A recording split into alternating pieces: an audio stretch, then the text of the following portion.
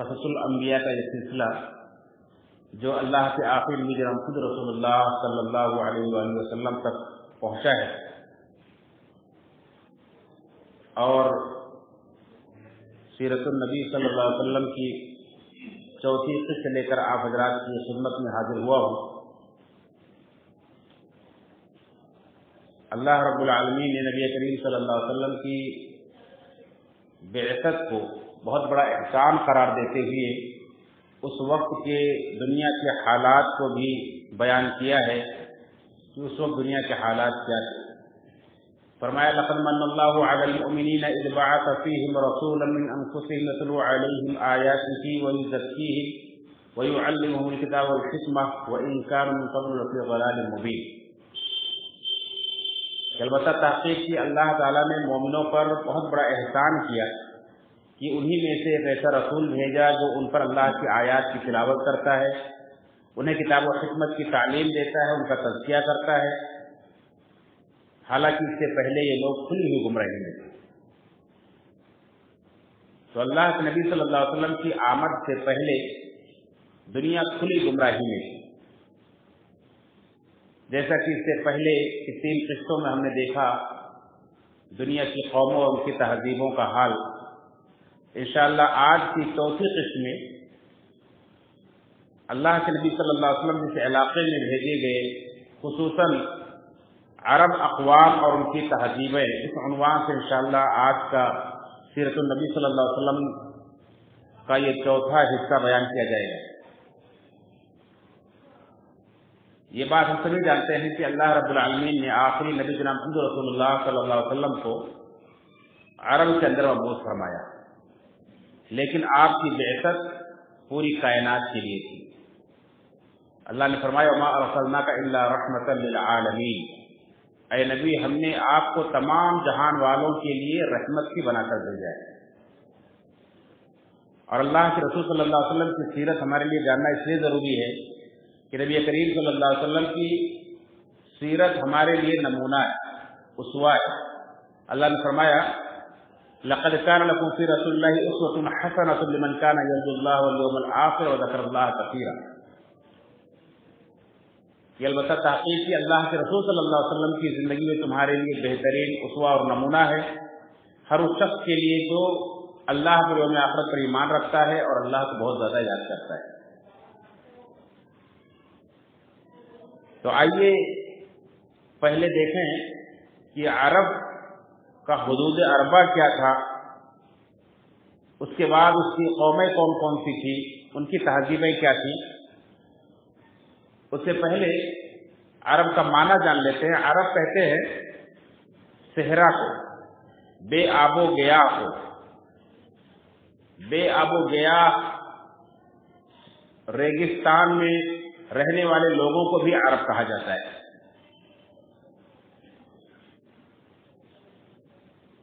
تو وہ صحرا اور وہ بے آب و گیا زمین، وہ اب جزیرے عرب، اس کا حدود اربع صاحب الرحیق المختوم علامہ صفی الرحمن مبارک پوری رحمۃ اللہ علیہ بیان کرتے ہوئے کہتے ہیں کہ عرب کے مغرب میں بحر احمر ہے اور جزیرہ نمایاں سینا ہے، اور اس کے مشرق میں پورب میں خلیج عرب ہے جس کو بحر ہند بھی کہا جاتا ہے، اور اس کے اور جنوبی عراق کا بھی ایک بڑا حصہ ہے۔ اسی طرح سے عرب کے جنوب میں یعنی دکن میں بحر عرب ہے، عرب کے مشرق میں خلیج عرب جس کو خلیج فارس بھی کہا جاتا ہے وہ ہے، اور جنوبی عراق کا کچھ حصہ ہے، اور عرب کے جنوب میں بحر ہند ہے، بحر عرب ہے جس کو بحر ہند کہا جاتا ہے۔ اسی طرح سے عرب کے شمال کے حصے میں یعنی اس کے اتر کے حصے میں شام، اور اسی طرح سے کچھ حصہ شمالی عراق کا بھی ہے۔ اس طرح سے اس کے چاروں طرف کے یہ علاقوں کا بیان کرنے کے بعد کہتے ہیں کہ اس کا کل رقبہ تقریباً 10